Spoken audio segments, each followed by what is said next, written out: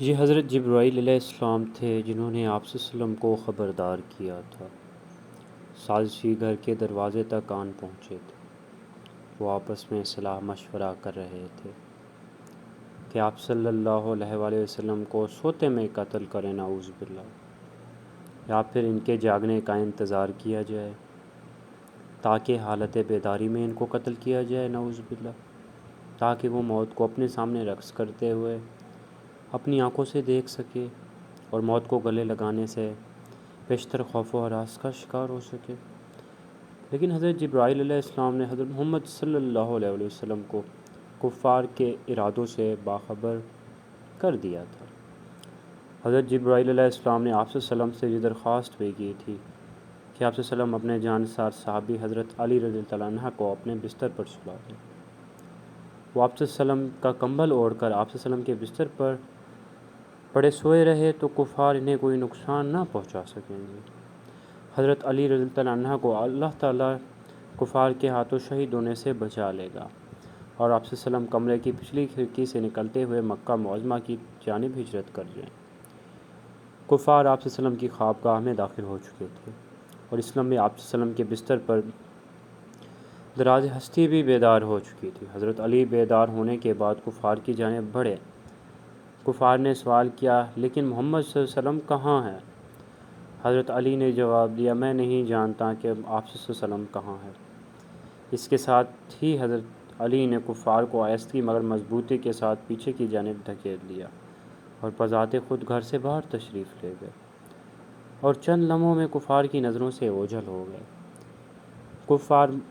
کفار مدینہ اپنی سازش کی ناکامی پر غم و غصے میں مبتلا ہو چکے تھے۔ انہوں نے جلد از جلد ایک بڑے انعام کا اعلان کر دیا۔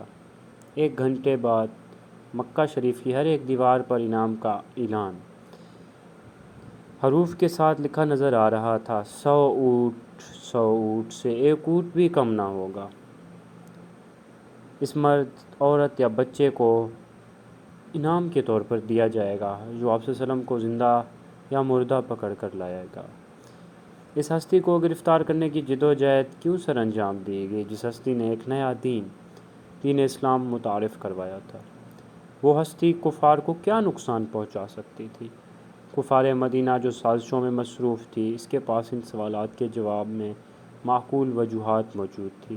نیا مذہب اسلام، اس مذہب کا جادو سر چڑھ کر بول رہا تھا۔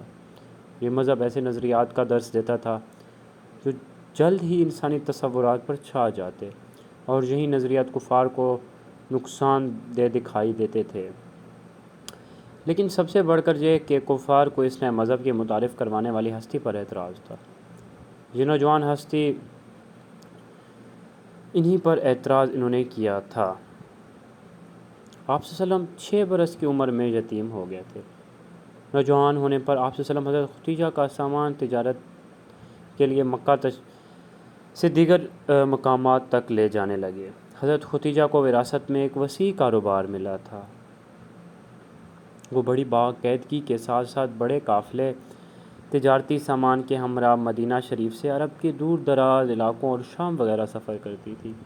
وہ ایک ذہین، قابل اور ایماندار عورت تھی، اور اسے بھی ایک ذہین، قابل اور ایماندار نوجوان کی ضرورت تھی جو سامان تجارت کے حامل قافلے کی رہنمائی سر انجام دے سکے اور کاروباری امور کو دیانت داری کے ساتھ چلا سکے۔ حضرت محمد صلی اللہ علیہ وسلم اور حضرت خدیجہ کی ایک دوسرے کے لیے قدر و منزلت اور عزت اس حد تک بڑھ گئی کہ دونوں برگزیدہ ہستیاں رشتہ ازواج میں منسلک ہو گئی۔ حالانکہ حضرت خدیجہ رضی اللہ عنہا آپ صلی اللہ علیہ وسلم سے عمر میں 15 برس بڑی تھی۔ شادی سے کچھ عرصہ پہلے آپ صلی اللہ علیہ وسلم نے یہ محسوس کرنا شروع کیا کہ اللہ تعالیٰ آپ صلی اللہ علیہ وسلم سے مخاطب ہیں، کہ آپ صلی اللہ علیہ وسلم سے فرما رہے ہیں، اللہ ایک ہے، وہی حقیقی خدا ہے، اور اللہ تعالیٰ آپ صلی اللہ علیہ وسلم سے یہ بھی فرما رہا ہے کہ نئے دین اسلام کو تمام تر عرب میں پھیلا دیں، نیا دین، سچا دین اور بت پرستی کا خاتمہ فرما دیں۔ آپ صلی اللہ علیہ وسلم پر وحی نازل ہونی شروع ہو گئی۔ یہ وحی حضرت جبرائیل علیہ السلام لے کر آئے تھے۔ یہودی اور عیسائی دونوں مذاہب کے لوگ بھی حضرت جبرائیل علیہ السلام کے بارے جانتے تھے کہ وہ اللہ تعالیٰ کا پیغام لے کر اللہ تعالیٰ کے پیغمبروں کے پاس آتے تھے۔ آپ صلی اللہ علیہ وسلم پر جب وحی نازل ہوتی تھی تب آپ صلی اللہ علیہ وسلم پر نیم بے ہوشی جیسی کیفیت طاری ہو جاتی تھی اور بعد میں آپ صلی اللہ علیہ وسلم کی حالت سنبھل جاتی تھی۔ آپ صلی اللہ علیہ وسلم وہ سب کچھ فرما دیتے جو وحی کے ذریعے آپ صلی اللہ علیہ وسلم تک پہنچا دیا جاتا تھا۔ خواتین میں حضرت ختیجہ آپ صلی اللہ علیہ وسلم پر سب سے پہلے ایمان لائی تھی۔ اسلام کی اشاعت کا آغاز آپ صلی اللہ علیہ وسلم کے گھر سے ہوا تھا۔ اس وقت تک آپ صلی اللہ علیہ وسلم نے کھلم کھلا اسلام کی تبلیغ کا آغاز نہیں فرمایا تھا۔ اسلام اپنے پیروکاروں پر عیش و عشرت اور آرام کاری کے دروازے بند کر دیتا تھا۔ اسلام محض غریبوں پر ہی شراب نوشی پر پابندی عائد نہیں کرتا کہ وہ اپنی غربت کے باعث شراب خریدنے کی استطاعت نہ رکھتے تھے، بلکہ امیروں پر بھی شراب نوشی پر پابندی عائد کرتا تھا۔ مکہ شریف کے امیروں کو یہ بات قابل قبول نہ تھی، اس وجہ سے وہ آپ صلی اللہ علیہ وسلم کے خلاف ہو گئے اور آپ صلی اللہ علیہ وسلم کی جان لینے کی کوششوں میں مصروف ہو گئے۔ آپ صلی اللہ علیہ وسلم اسلام کی تبلیغ میں مصروف رہے۔ آپ صلی اللہ علیہ وسلم اللہ تعالیٰ کی طرف سے جو پیغام بھی موصول ہوتا آپ صلی اللہ علیہ وسلم سے حرف بحرف لوگوں تک پہنچا دیتے۔ آپ صلی اللہ علیہ وسلم فرماتے تھے کہ اللہ ایک ہے جس نے اپنے بندوں کے لیے زندگی گزارنے کی راہیں متعین کر دی ہیں۔ اللہ تعالیٰ نے اپنے بندوں کی ہدایت کے لیے ایک اور پیغمبر اور رسول بھیجے، اور حضرت عیسیٰ علیہ السلام بھی اللہ کے رسول تھے، اور یہ کہ حضرت محمد صلی اللہ علیہ وسلم بھی اللہ کے آخری رسول ہیں۔ آپ صلی اللہ علیہ وسلم کی زندگی کو لا خطرہ دن بدن بڑھتا چلا گیا، لیکن آپ صلی اللہ علیہ وسلم مکہ چھوڑنے پر آمادہ نہ تھے۔ البتہ آپ صلی اللہ علیہ وسلم نے اپنے صحابہ کرام کو مکہ چھوڑنے کی اجازت فراہم کر دی تھی۔ یہ ذمہ داری بھی عائد کی کہ مکہ شریف کے علاوہ دیگر مقامات پر لوگوں کو دین اسلام کی دعوت پیش کریں۔ لہذا کچھ صحابہ کرام 270 میل کا سفر طے کرتے ہوئے مکہ سے مدینہ جا پہنچے، حتیٰ کہ وہ وقت بھی آن پہنچا کہ کفار مکہ نے آپ صلی اللہ علیہ وسلم کے گھر کا محاصرہ کیا اور وہ آپ صلی اللہ علیہ وسلم کو قتل نعوذ باللہ کرنا چاہتے تھے۔ تب جب آپ صلی اللہ علیہ وسلم نے یہ محسوس کیا انہیں اب مکہ شریف سے ہجرت فرمانی چاہیے، تو مدینہ شریف میں اللہ کے دین کی تبلیغ جاری رکھنی چاہیے۔ یہ سب کہنا آسان تھا، لیکن اس پر عملی طور پر عمل درآمد کرنا انتہائی مشکل تھا۔ کفار مکہ آپ صلی اللہ علیہ وسلم کو کسی طور پر یہ اجازت فراہم کرنے پر آمادہ نہ تھے کہ آپ صلی اللہ علیہ وسلم مکہ شریف سے ہجرت کرتے ہوئے مدینہ شریف جا پہنچے اور دین اسلام کو تقویت پہنچے اور قوت و طاقت حاصل کر کے مکہ شریف واپس آ کر ان پر غلبہ حاصل کریں۔ آپ صلی اللہ علیہ وسلم بھی اس امر سے بخوبی واقف تھے۔ حضرت علی رضی اللہ عنہ آپ صلی اللہ علیہ وسلم کے بستر پر کفار مکہ کو ان کے ہدایوں کو سمیت روکے ہوئے تھے، اور آپ صلی اللہ علیہ وسلم کسی ایسی مخفی جگہ کی تلاش میں تھے جہاں سے وہ مدینہ شریف کے سفر کا آغاز کر سکیں۔ انہوں نے اپنے ایک جانثار سے صحابی حضرت ابو بکر صدیق کے گھر کا انتخاب کیا اور جہاں پر انہیں سفر کی تیاری کا اہتمام کیا۔ پہلے انہوں نے ایک غار میں قیام فرمایا، غار ثور۔ یہ غار مکہ شریف سے پیدل 1 گھنٹے کی مسافت پر واقع تھی، اور اس وقت تک غار میں قیام پذیر رہے کہ بحفاظت مدینہ شریف تک کا سفر کر سکیں۔ انہوں نے ستاروں بھری رات میں مکہ شریف کو خیر آباد کہا۔ وہ غار تک پہنچے اور بڑی مشکل سے اپنے آپ کو اس غار میں چھپایا۔ انہوں نے غار کے اندر کفار مکہ کی آوازیں سنی جو غار تک پہنچ چکے تھے۔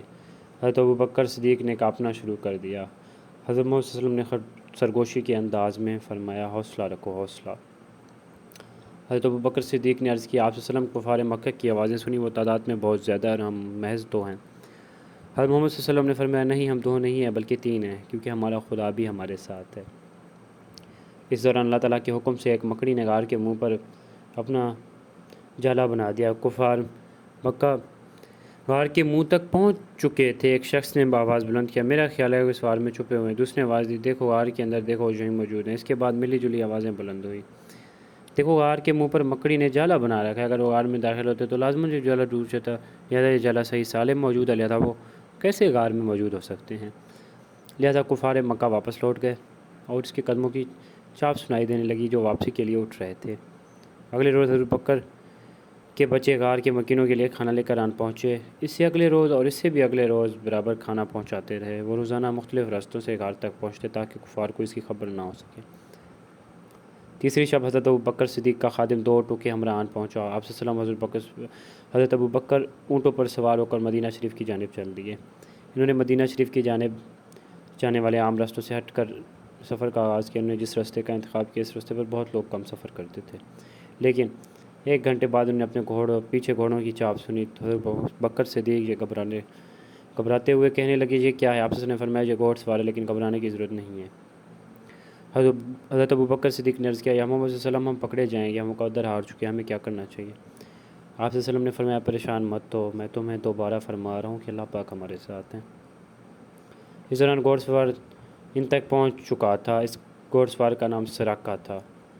جو ہی گھوڑا ان کے نزدیک پہنچا، آپ صلی اللہ علیہ وسلم نے فرمایا خدا ہمارے ساتھ ہے۔ اس کے ساتھ سراقہ کے گھوڑے میں زبردست جنبش ہوئی اور اس نے اپنے سوار کو دور پھینک دیا۔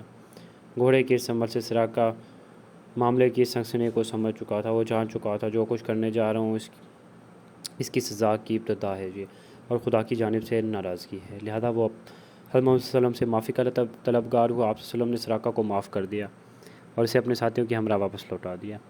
باقی ماندہ سفر کے دوران کوئی ناگوشگوار واقعہ پیش نہ آیا۔ چند دنوں بعد جب وہ مدینہ شریف سے 2 میل کے فاصلے پر پہنچ چکے تھے، یہاں پہنچنے کے بعد آپ صلی اللہ علیہ وسلم کے اونٹ نے آگے جانے سے معذوری ظاہر کی اور اپنے گھٹنوں کے بل بیٹھ گیا۔ آپ صلی اللہ علیہ وسلم اس اشارے کو سمجھ گیا۔ آپ صلی اللہ علیہ وسلم نے 4 روز تک اسی جگہ پر قیام فرمایا، جبکہ مکہ شریف کے لوگوں نے جب آپ صلی اللہ علیہ وسلم کی آمد کی خبر سنی تو آپ ان کو خوش آمدید کہنے کے لیے گھروں سے نکل چکے تھے۔ چوتھے روز آپ صلی اللہ علیہ وسلم قباء کے مقام پر پہنچ چکے تھے۔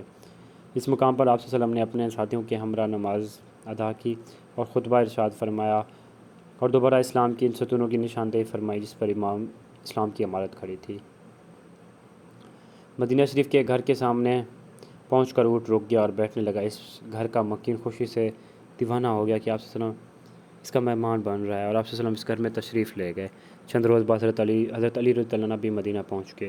اس کے بعد آپ صلی اللہ علیہ وسلم کی زوجہ حضرت عائشہ بھی مدینہ پہنچ گئی اور بچے بھی مدینہ شریف میں پہنچے۔ اسلامی قوانین کے تحت اگر مرد چاہے تو 4 شادیاں کر سکتا ہے، اور آپ کے بت پرستوں میں اس سلسلے میں کوئی حد مقرر نہ تھی، لیکن آپ صلی اللہ علیہ وسلم نے حضرت ختیجہ کی زندگی مبارک میں دوسری شادی نہ کی تھی، لہذا تاریخ کی ایک قسط اپنی اختتام پر پہنچی اور نئے دور کا آغاز ہوا۔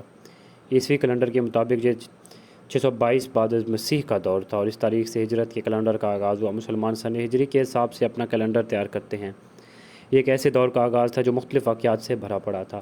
چند برسوں کے بعد حضرت محمد صلی اللہ علیہ وسلم نے مکہ شریف فتح کر لیا اور شہر بھی آپ کے زیر سایہ چلا آیا۔ آپ صلی اللہ علیہ وسلم نے اس شہر کو مذہب کا ایک روحانی مرکز کا درجہ دیا، جبکہ مدینہ شریف کو ایک سیاسی مرکز کا درجہ حاصل تھا، وہ مذہب جو جلد ہی آدھی دنیا پر چھا گیا۔